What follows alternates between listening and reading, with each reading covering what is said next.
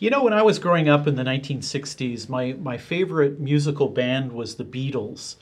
And my first exposure to Eastern mystical religion really came from listening to George Harrison. And I recall that during that time, lots of spiritual practices from India were incorporated into America. And one of those most important practices is known as yoga.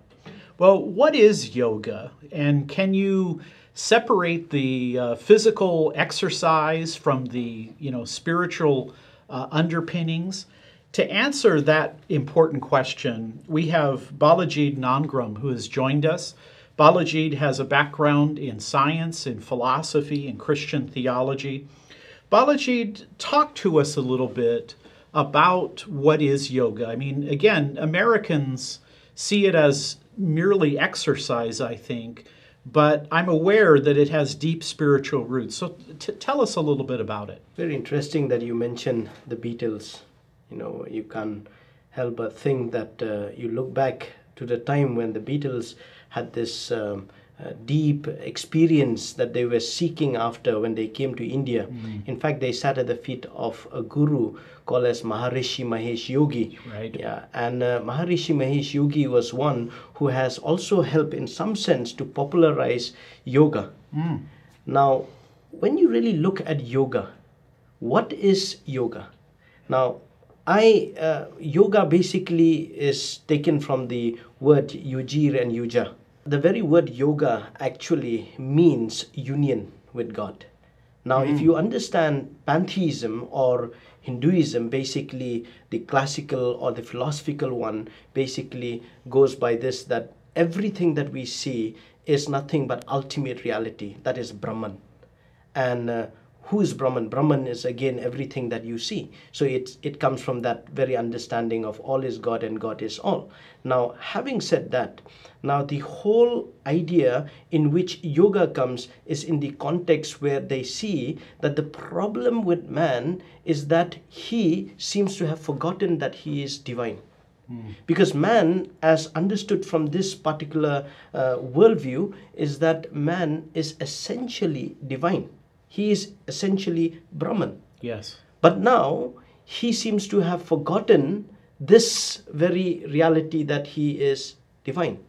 And so as a result of that, to get out of that slumber or to get out of that ignorance, all he has to do is now do yoga. Yoga is basically the path of realizing that you are nothing but Brahman, or you are divine. Now, this is entirely different from the Christian worldview. The Christian worldview basically says that the problem with man is sin. Sin is the one problem that has separated man from God. But in pantheistic worldview, the problem with man is not sin. It is his forgetfulness.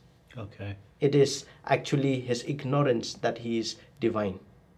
So I think when you really look at this aspect of its understanding of spirituality, and then yoga being proposed as the path of salvation, so to say, or to attain moksha. Right. So you need to understand that when you really look at this philosophy, you cannot separate just simply the exercise, which I think today, or as you have rightly pointed out, the Beatles' interest in yoga. In fact, Maharishi Mahesh Yogi has promoted just the third aspect of that philosophy, that is called as the asana, that is basically the exercise. And in fact, they would probably teach you that it's just the physical exercise, nothing else. But then to take yoga as just physical exercise and remove or separate it from its philosophical or its metaphysical underpinnings is to do injustice to that very worldview itself. Now let me ask you this question, because a lot of Christians practice yoga. Now here is their justification. They say, look, we have different intentions and different beliefs. We like the exercise. We like the benefits that they feel more at peace. They they enjoy the stretching, but they don't accept the idea of pantheism or Hindu religious ideas. Do you still think that is not the path to go down, because yoga is so deeply rooted in this Hindu philosophy of pantheism? Or what kind of advice, warning would you propose to maybe even Christians who are attracted to yoga?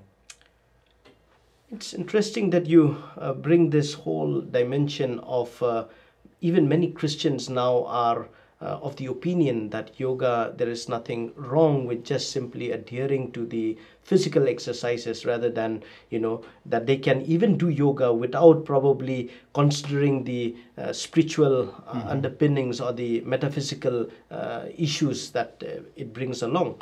I think.